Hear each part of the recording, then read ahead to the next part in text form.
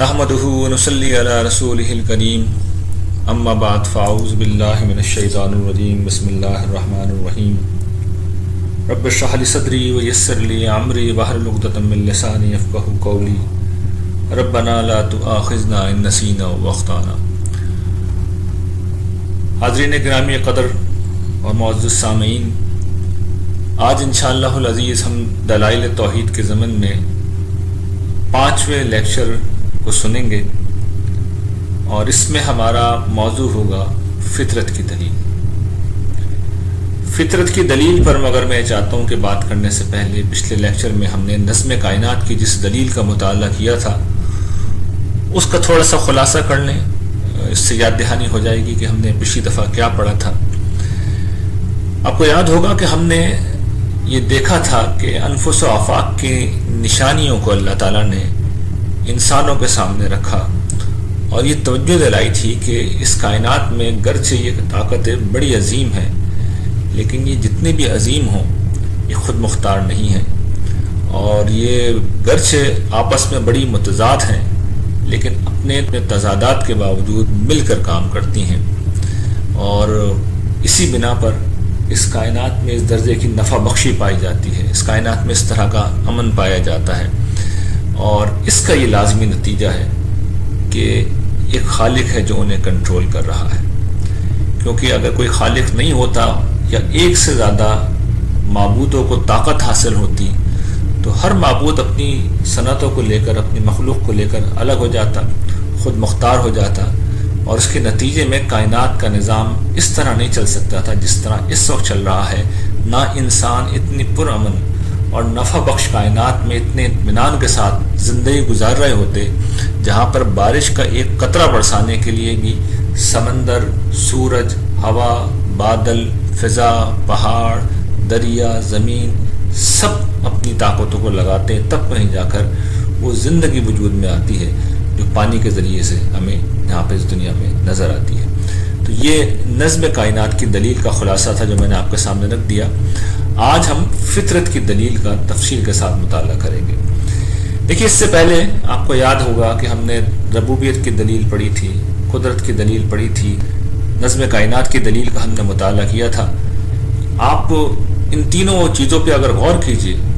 تو آپ کو اندازہ ہوگا کہ یہ تینوں دلائل عقلی دلائل ہیں، اور عقلی دلائل خارج میں آپ کی عقل کو اپیل کرتے ہیں، خارج میں کھڑے ہو کے آپ کی عقل کو اپیل کرتے ہیں، کچھ حقائق کی طرف آپ کو توجہ دلاتے ہیں، کچھ مقدمات آپ کے سامنے رکھتے ہیں، اور پھر یہ بتاتے ہیں کہ ان مقدمات سے یہ نتائج ہیں جو نکل رہے ہیں، اور وہ ہماری عقل ان کو ماننے پہ مجبور ہوتی ہے۔ عقل کے لیے اس میں بڑی اپیل ہوتی ہے، وہ لاجیکل ہوتے ہیں، وہ معقول ہوتے ہیں، وہ قابل قبول ہوتے ہیں۔ لیکن بعض چیزیں ایسی ہوتی ہیں جو ہو سکتا ہے کہ بڑی عقلی ہوں، وہ ہو سکتا ہے کہ بڑی معقول ہوں، ہو سکتا ہے کہ ان کے حق میں بہت سے دلائل پیش کیے جا سکیں، لیکن ان کو ہم اندر سے قبول نہیں کر پاتے، اندر سے قبول نہیں کر پاتے۔ انسان چیزوں کو اسی وقت پورے طور پہ اپناتا ہے جب اس کے اندر سے قبولیت مل رہی ہو کسی چیز کو۔ اس کو ایک مثال سے سمجھیے۔ دیکھیے، انسان اس دنیا میں شادی کرتے ہیں، اور شادی کے حق میں بڑے دلائل دیے جا سکتے ہیں، اس پہ گھنٹوں تقریریں کی جا سکتی ہیں، اس پہ کتابیں لکھی جا سکتی ہیں، یہ بتایا جا سکتا ہے کہ انسان کو جب گھر کا سکون ملتا ہے تو اس کی زندگی کے اندر پھر اطمینان آتا ہے، یہ بتایا جا سکتا ہے کہ مرد و عورت جب ملتے ہیں تب دونوں کی تکمیل ہوتی ہے، یہ بتایا جا سکتا ہے کہ اس کے نتیجے میں نسل انسانی آگے بڑھتی ہے۔ یہ ساری چیزیں بتا کر انسان کو معقول طریقے پہ کنونس کیا جا سکتا ہے کسی بھی انسان کو کہ شادی کرنے والا کام ہے، لیکن حقیقت کیا ہے؟ حقیقت یہ ہے کہ ہمارے اندر سے ایک چیز اٹھتی ہے، اور وہ یہ ہمیں بتاتی ہے کہ نہیں، شادی تو کرنا چاہیے۔ یہ ہمارے اندر سے ایک آواز آتی ہے، گرچہ وہ آواز جبلت سے آتی ہے، گرچہ اس کا ماخذ جبلت ہے، لیکن ہم اس مثال سے یہ سمجھ سکتے ہیں کہ ایک حقیقت خارج میں عقلی دلائل سے ثابت کی جا سکتی ہے، لیکن جب اس کی اپیل اندر سے ہو تب ہی ہم اس سے قبول کرتے ہیں۔ تو یہ دلیل فطرت ہے، اس کو اللہ تعالیٰ نے اس پہلو سے پیش کیا ہے کہ تم یہ جو عقلی دلائل ہیں ان کو تم قبول کرنے پر مجبور ہو، اس لیے مجبور ہو کہ ہم کسی اجنبی چیز کی طرف تمہیں نہیں بلا رہے، تم پیاسے ہو اور ہم تمہارے پاس پیٹرول لے کے نہیں کھڑے ہوئے، پانی لے کے آئے، ہم تمہیں پینے کے لیے پانی دے رہے ہیں۔ تمہاری فطرت یہ بتا رہی ہے، اندر سے یہ بتا رہی ہے کہ پانی تمہاری ضرورت ہے، چاہے تم پانی کا نام نہ جانو، لیکن جس وقت پانی تمہارے منہ میں جائے گا، تمہارے حلق سے اترے گا، تمہارے جسم کے اندر پہنچے گا،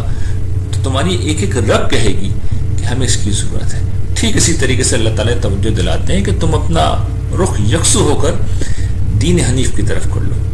پیغمبروں کے دین کی طرف کر لو، جس کا اصل ماخذ کیا ہے؟ فطرت اللہ التی فطر الناس علیہا، اس دین فطرت کی پیروی کرو جس پر اللہ نے لوگوں کو پیدا کیا ہے۔ یعنی یہ وہ دین ہے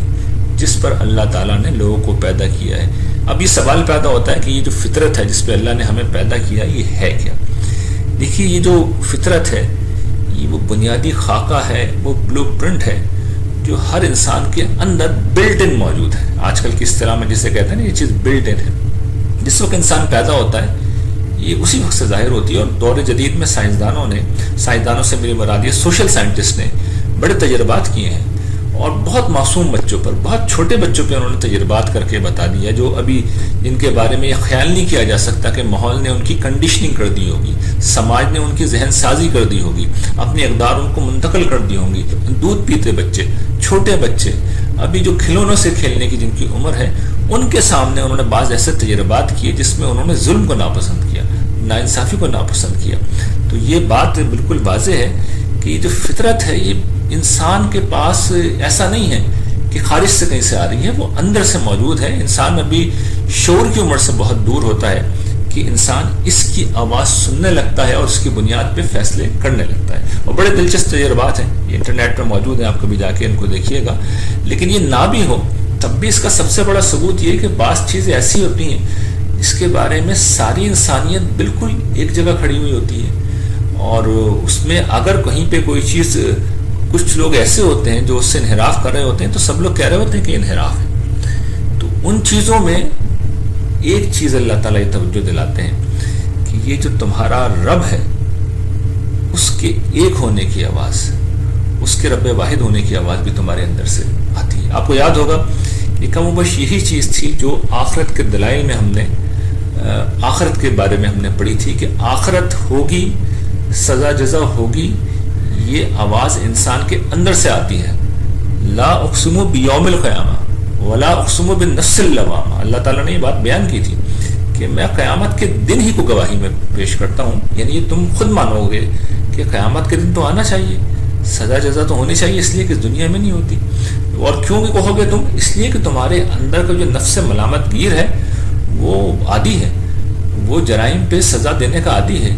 اور وہ اخلاقی طور پہ اچھی چیزوں پہ جزا دینے کا عادی ہے۔ تو وہ یہ چاہتا ہے کہ سب جگہ یہ عدل ہو، یہ سزا و جزا ہو، اور اس دنیا میں جب وہ نہیں ہو پاتی تو اس کے اندر ایک تصور ہے عدل کامل کا۔ ٹھیک اسی طریقے سے قرآن مجید نے یہ بتایا ہے ہمیں کہ یہ جو اللہ تعالیٰ کے وجود ہے، اس کے ہونے کا اور اس کے ایک ہونے کا تصور بھی انسان اللہ تعالیٰ کی سے ہی لے کے آ رہا ہے۔ اللہ تعالیٰ نے وہ پورا واقعہ ہمیں بتا دیا سورہ اعراف میں، جہاں سے یہ تصور انسانوں کے اندر آیا ہے۔ ہم پہلے بھی اس وجود باری تعالیٰ کے ضمن میں پڑھ چکے ہیں۔ یہ وجود باری تعالیٰ کی بھی دلیل ہے اور اللہ کے ایک ہونے کی بھی دلیل ہے۔ اس میں اللہ تعالیٰ فرماتے ہیں کہ یاد کرو جب تمہارے پروردگار نے بنی آدم کی پشتوں سے ان کی اولاد کو نکالا اور انہیں خود ان کے اوپر گواہ بنا کر پوچھا کیا میں تمہارا رب نہیں ہوں؟ تو انہوں نے جواب دیا ضرور آپ ہی ہمارے رب ہیں، ہم اس پر گواہی دیتے ہیں۔ اللہ تعالیٰ کہتے ہیں یہ ہم نے اس لیے کیا کہ کہیں تم قیامت کے دن یہ نہ کہہ دو کہ ہم تو اس سے بے خبر ہی تھے، یا اپنا عذر پیش کرو کہ شرک کی ابتدا تو ہمارے باپ دادا نے پہلے سے کر رکھی تھی اور ہم بعد کو ان کی اولاد ہوئے ہیں، پھر آپ کیا ان غلط کاروں کے عمل کی پاداش میں ہمیں ہلاک کریں گے؟ یہ دیکھیے قرآن مجید نے اس بات کی نفی کر دی کہ اللہ تعالیٰ اس عذر کو قبول نہیں کریں گے کہ ہم اپنے حالات کے جبر کا شکار ہو گئے، سماج نے ہماری ذہنی کنڈیشننگ کر دی تھی، ہماری ذہن سازی کر دی تھی، ہمارا ایک ذہنی سانچہ بنا دیا تھا۔ کیوں؟ قرآن مجید یہ کہتا ہے یہ تو تمہاری فطرت میں بلٹ ان تھا۔ اور دوسرے مقامات پر قرآن نے اس کو البینہ کہا ہے۔ بینہ کہتے ہیں واضح روشن چیز کو۔ ایک چیز اتنی بڑی روشنی ہے کہ روشنی کا کوئی کیسے انکار کر سکتا ہے؟ تو خدا کو کوئی شخص جب بھی پکارتا ہے تو اسے محسوس ہوتا ہے کہ یہ روشنی ہے، اس کے دل کی آواز ہے، جو لوگ، میں آپ کو یقین دلاتا ہوں، آج بھی خدا کو نہیں مانتے یا خدا کو ایک نہیں مانتے، اس کی وجوہات ہمیشہ خارج میں ہوتی ہیں. یعنی انسانوں کو اگر کوئی خدا کے ساتھ معبود سمجھتا ہے یا خدا کو ویسے ہی نہیں مانتا تو اصل میں اس کا پس منظر ہوتا ہے. اور جو لوگ خدا کے وجود کے انکاری، ہم نے یہ دیکھا ہے کہ اس کی وجہ عام طور پہ اہل مذہب کا رویہ ہوتا ہے، یا مذہب کی بعض چیزیں ان کے سمجھ میں نہیں آ رہی ہوتی ہیں. یعنی مذہب کے نام پہ جو کچھ پیش کیا جا رہا ہوتا ہے وہ ان کو سمجھ میں نہیں آتا. جو لوگ شرک کر رہے ہوتے ہیں وہ زیادہ تر کنڈیشننگ کا شکار ہوتے ہیں، وہ حالات کے جبر کا شکار ہوتے ہیں، وہ اپنے تعصبات کے مریض ہوتے ہیں، وہ سچائی کو سننا ہی نہیں چاہتے، سمجھنا ہی نہیں چاہتے، اس لیے بتوں کو سامنے رکھ کے ان کی پرستش شروع کر دیتے ہیں. اور یہ سوچتے نہیں ہیں کہ یہ بت جن کو ہم پکار رہے ہیں، جو اپنے ہمارے ہاتھوں کے گھڑے ہوئے ہیں، ہمارے ہاتھوں کے بنائے ہوئے ہیں، یہ ہماری حاجات کیسے پوری کر سکتے ہیں. تعصب انسان کو اس درجے میں اندھا کر دیتا ہے. لیکن جب انسان ان تعصبات سے بلند ہو جاتا ہے تو پھر وہ اس حقیقت کو سمجھ لیتا ہے کہ خدا کا ہونا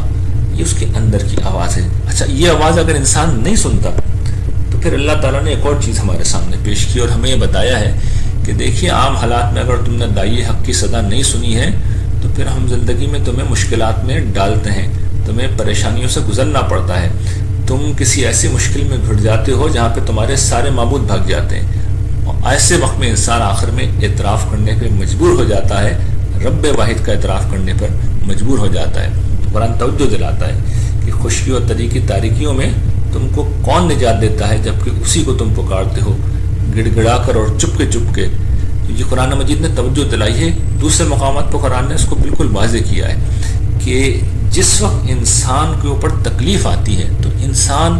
اپنے سارے شرکا کو بھول جاتا ہے، سارے معبودان باطل کو بھول جاتا ہے. اس وقت ایک اللہ اسے یاد آتا ہے اور وہ اسی کی سمجھ جاتا ہے، اسی کو پکارتا ہے، اسی کے حضور فریاد کرتا ہے. اس کا سبب یہ ہے کہ انسان یہ جانتا ہے کہ اگر کوئی بت ہے تو بہرحال وہ بت ہے، کوئی اگر انسان ہے تو بہرحال وہ اس دنیا سے گزرا ہوا انسان ہے. جو رب کائنات ہے، جس کے ہاتھ میں سب کچھ ہے، دریا ہے، سمندر ہے، بیماری ہے، دکھ ہے، سکھ ہے، وہ تو اس وقت موجود ہے، جو ساتھ ہے، جو سن رہا ہے، جو سب کچھ کر سکتا ہے. تو ہر دور میں یہ انسانوں کا تجربہ رہا ہے کہ جب مشکل آتی ہے تو بڑے بڑے لوگوں کو خدا یاد آ جاتا ہے. اور میں اپنا ذاتی آپ کے سامنے ایک تجربہ شیئر کرتا ہوں. ایک صاحب کو میں جانتا ہوں، اللہ بخش ان کا انتقال ہو گیا. ان کی جب مجھ سے پہلی ملاقات ہوئی تو پہلی ملاقات میں انہیں میرا پس منظر چونکہ پتہ تھا،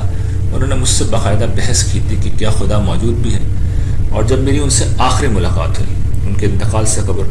میں کچھ عرصے بعد وہ بیمار ہو گئے، چند برسوں بعد، اور ہاسپٹل میں وہ ایڈمٹ تھے. میں ان سے ملنے کے لیے گیا. مجھے آج کے دن تک وہ منظر نہیں بھولتا. انہوں نے مجھے دیکھا،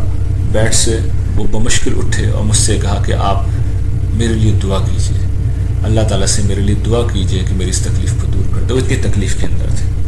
تو یہ جو تکلیف ہوتی ہے یہ انسانوں کو اس جگہ پہ پہنچا دیتی ہے جہاں پر انسان رب کائنات کا اعتراف کرنے کے اوپر مجبور ہو جاتا ہے. تو خارج کے عقلی دلائل پر انسان کی فطرت کی یہ تاکید بھی ہمیں یہ بتاتی ہے کہ انسان کا ایک ہی خدا ہے. یعنی خدا کا وجود بے شک عقلی دلائل سے بھی ثابت ہے، لیکن ہمارے اندر کے لیے بھی کوئی اجنبی چیز نہیں ہے. جس وقت ہم اسے قبول کرتے ہیں تو ایسا لگتا ہے کہ ایک پیاسے نے ٹھنڈا ٹھنڈا پانی پی لیا. تو وجود باری تعالیٰ اور توحید باری تعالیٰ کے ضمن میں قرآن مجید کی ایک اور دلیل ہے جس کا آج ہم نے مطالعہ کیا. وآخر دعوانا ان الحمد للہ رب العالمین.